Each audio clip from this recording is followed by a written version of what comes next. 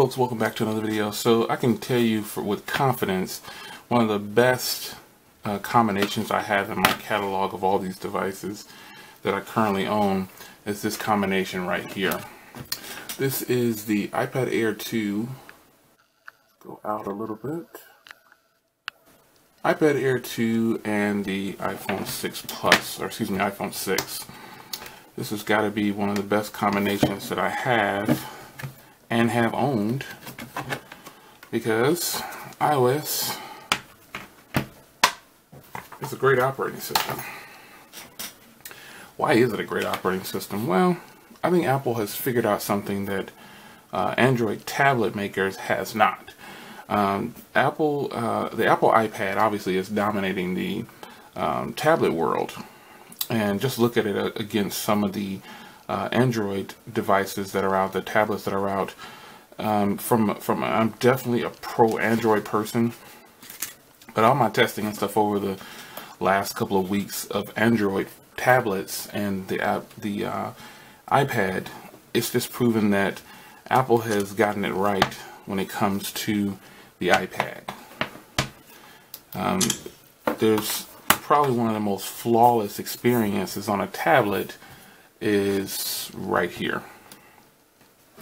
When I use when I reach for a tablet, this is the tablet that I reach for. I think it's pretty much a solid built device. It's very premium feeling. At 6mm or whatever it is, 6.1, that's just ridiculously thin. The battery on this thing is just phenomenal.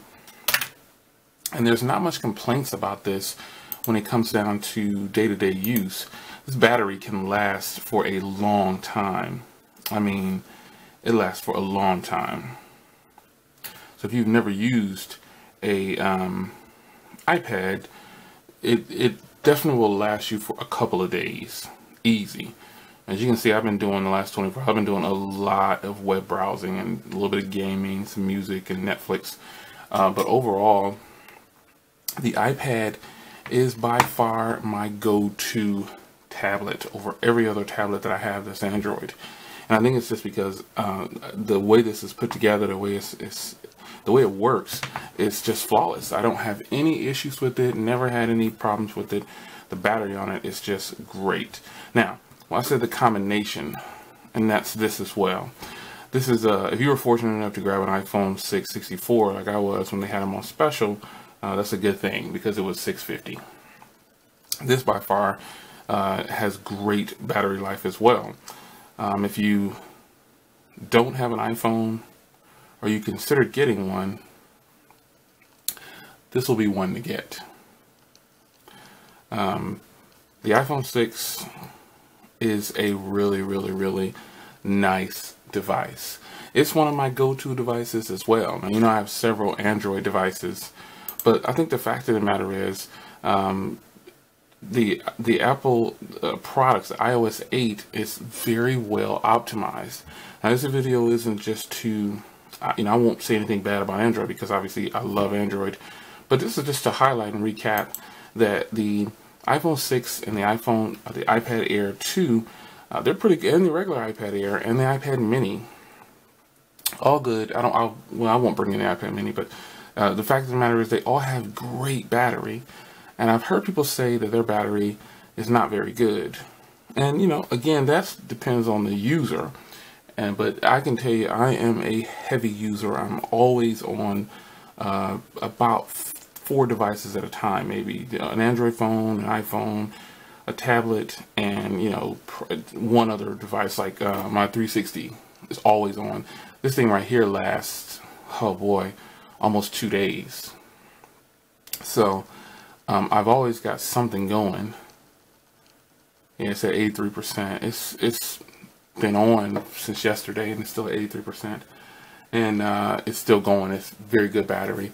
But the iPhone 6 has been really good, man. I haven't had any complaints about it, really. I think it's the build quality is pretty good. You know, these lines on the back, nah, you know, I'm not really a fan of those, but you know, you can just throw a cover on there and that'll help eliminate some of those. I have several covers, but overall, music on here. The speaker is extremely loud, and what I've noticed about the speaker on the iPad Air 2, it is really loud. I mean, really loud. It has some depth to it as well. It sounds really good. It's almost got too much bass in it, but it is there, and it sounds really, really full. It sounds good. But the iPhone 6 has proven to me, in my experiences, to be one of my top devices. And it's one of my go-to devices. It's small enough to where I can throw it in my pocket and I don't have to worry about it. I don't even feel it's there sometimes, because I have the ultra thin cases on it pretty much when depending on what I'm wearing or where I'm going. The ultra thin case is the one I'll go to. I won't put on the bulkier cases a lot, but I will put them on. It depends on where I'm, again, where I'm going. I'm going somewhere out on some kind of function or something where, it could fall and crack and break, then the big case is necessary. But other than that, I like to feel the device itself. And I gotta agree with Marcus Brownlee on this one. You get all this premium hardware and then we cover it with a case. So that's why, if you didn't notice, on nearly every video I post, I have some kind of ultra thin case. Because I want to feel my device, paying premium dollar for a device. I want to still show it off, not show it off, but just know that it's there and not have to worry about a big bulky case in my pocket. And just wearing it open like this is perfectly fine. I've got some skins coming in for a couple of the iPhones, a white skin and a black skin for this one, both the leather skin like on the Nexus 6 that I put on there. So, but this is, to me, a well-built and well-oiled machine. It's just, it doesn't let me down. And I could go on and tell you how much I like it, but from the web browsing to the speaker quality, definitely the camera. The camera on here is really, really good. It doesn't have optical image stabilization, but it has the digital optical image stabilization. And some people complain, techies complain about that, but an average user just they probably feel like this has a spectacular camera, and they will be right. But everything about the device, crashing and things like that, more importantly, the battery on this is not flawless, but it is good, and I'm pretty impressed with it. So to say the least, I think that the iPhone 6 is definitely one of my top devices, if not the top device. I like it for a number of reasons, the size being one of them, and definitely the operating system. iOS 8, and when you get an update with iOS, it's not like Android. You have to wait and wait and wait if you don't have a stock Android device. With iPhones, you're going to get the update if your hardware is up to date. So right now, I think iOS is on, it's even on the 3GS, I believe. So, and that's pretty doggone good for a 6 or 7 year old or 8, 6 or 7 year old device. It can still get the latest software. That's pretty good. And I think that's where Apple is winning. Anytime you go into a forum and you see people talking about their iPhones, they start to bring up sales. Well, sales is pointless. It doesn't matter. We're on the techie side, so we may look at numbers, but I can guarantee you the average user doesn't care about Apple's sales. They don't even know, and they're not following that. So when I'm in a blog and I'm reading something and people bring up, oh, Apple sold 15 billion and Android only sold 2 billion, that's just silly to me. You have to appreciate the operating system on here. There's no getting around that, and I do. This is by far one of the most stable operating systems, period. I believe that, and I experienced that. Android definitely is another great operating system. But when it comes to stability and go-to, I think I've always gone to an iPhone. When I'm traveling, I'll throw it in the pocket. And I do have other Android devices that are small, and I can throw them in pockets and it has good battery life. But if I want really strong battery life, I have to go to a bigger Android phone. And some of my bigger Android phones, they don't have the best battery. But that's just how it is. It seems for Android because it's the way it's optimized. But for stellar battery, I definitely go to one of the Windows phones because they have fantastic battery, And I believe the OS itself is better built than iOS. It's a young OS, obviously, yes, and it doesn't have all the supported developers, but I think it runs smoother than iOS, and it definitely outperforms iOS in a lot of ways, I feel like.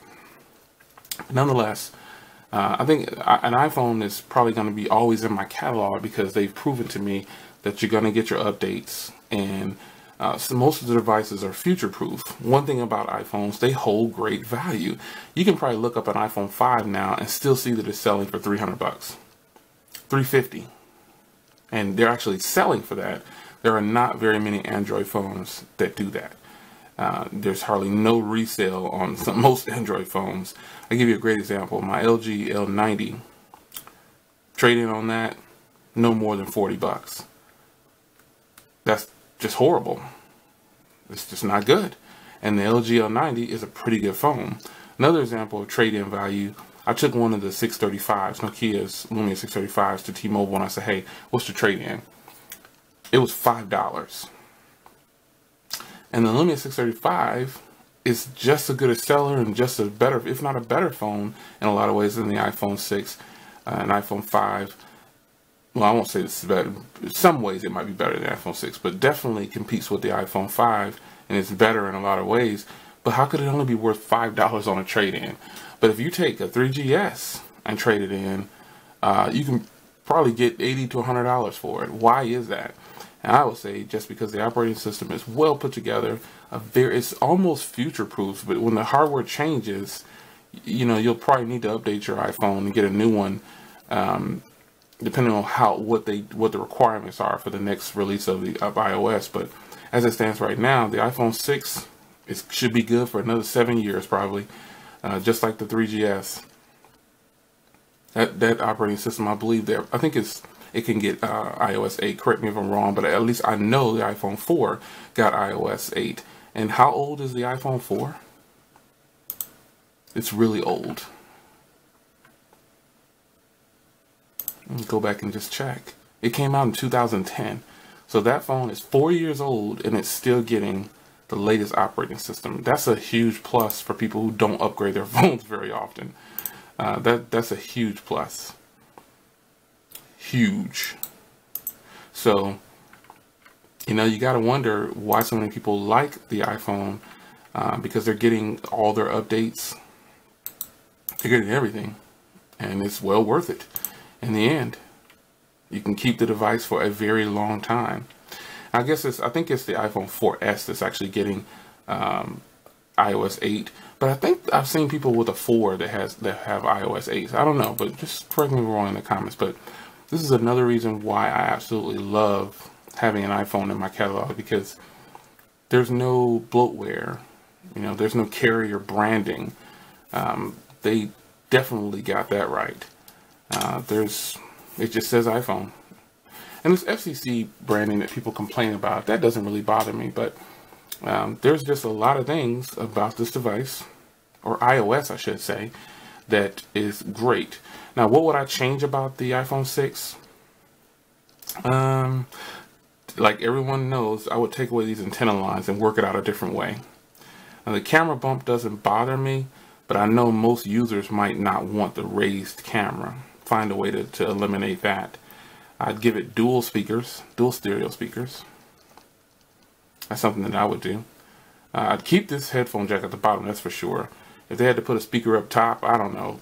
Put them on I don't know. Anything. I'd give it dual speakers somehow, because they did have it down here. They had the speaker grills down there, but it actually wasn't a speaker. Give it dual speakers. Give it the camera's great, but give it an even better camera. And I think if they just would have made this 4.7 1080p, that would have been more than enough. Because right now it's really sharp at about a little over 720p, but it's really sharp, extremely sharp. But overall, I think if you get an iPhone, if you get the iPhone 6, you're going to be good for at least another 5 years, at least. If you have the iPad Air 2, or just the iPad Mini 3, whichever, you're still going to be good for a very long time. And that's the good thing about having iOS in your catalog. So obviously I love Android, but I have to keep an iOS device around because I know I'm guaranteed updates. And if I want updates for sure on Android, I have to get a stock device. And even then, the rollout isn't as quick as iOS. When Apple announces a rollout, it rolls out. Now, granted, it doesn't roll out perfectly sometimes, and there are some bugs, but it still rolls out. And you know you'll get it. Like I've gotten, since I have iOS 8, how many updates has there been? 3 or something like that? Well, the fact is, they're updating their product and they're getting the job done. And I think that attracts people. Simplicity, always people say, oh, it's real easy to use. Well, I don't fall into that. I think Android is actually a little bit easier to use. And this could get a little boring after a while, just having icons. The widgets on the top here are, nah, you know, they're okay. It's nothing to run home about, but, you know, never, until they get widgets down here in this area, they can't beat Android at that at all. But this video isn't about bashing Android at all. This is to focus solely on iOS and the iPhone and the latest, these two of their latest products and why I like them so much. So with that being said, do you like your iPhone a lot? Or do you have the iPad Air 2? Shout out in the comments and tell me what you think about these two fantastic devices. Because I think that Apple has gotten it right, especially with the iPads. They're dominating the tablet market. This is something, when it comes to a tablet, I pick up the iPad, period. I will pick this up over any other device. Now, the price is where both of these in the categories fall short to me. I think they're extremely overpriced at times, and especially the iPhones. You know, I could see myself paying $600 or $700 for 128 gig one of these, or 64, like $600 for 64. Okay, yeah, but there's no expansion slot on either one of these, which is a huge drawback. There's no SD card. Like I just said, there's no SD card. And, you know, pretty much, you know, if they had a flash on the back of this camera, you know, that's just little small things I would like. Because I actually think the camera is nice, man. You got 2 microphones right there, so the sound quality is fantastic when you record video. But if they put a flash on there, give the iPhone dual speakers like this, man, I mean, we're in business. Drop the price down a little bit. Got a killer package here. But, you know, these are both guaranteed to get an update. So, I told you why I like these two devices. Oh yeah, the front camera on both of these is just fantastic. I like this combination right here. What do you like about yours? Do you have these? Do you want these? How long have you had your first? Are you still using one of the original iPhones, a 3GS or an iPhone 4? Because I know people that still have an iPhone 4 and it's running like a champ. But I think he said when he put iOS 7, it started to give it some battery issues and it slowed down. That person, shout out to Big Mike up in the Yak in Michigan. It's one of my buddies for the last 20 plus years. He's now upgraded to an iPhone 5S and he loves it, man. I mean, the battery, he said, is pretty good. But he had an iPhone 4, man, for a long time, and he just upgraded this year. So he had his iPhone 4 for 4 years or so. And it did him well, and it still works. It's not that it doesn't work. He just upgraded to an iPhone 5 or 5S. So what do you think about iOS? Would you consider switching from iOS to Android or whichever, Android to iOS? Have you done that? Have you switched from Android to iOS? Shout it out in the comments. I'm fortunate enough to have pretty much all the operating systems, so I get to enjoy it. What do you think, and why do you like iOS? Take care, guys. Be sure to rate, subscribe, share the video, and shout out in the comments. You can follow me on Twitter at Mr. J.O. Williams and Google Plus at Mr. J.O. Williams. Take care.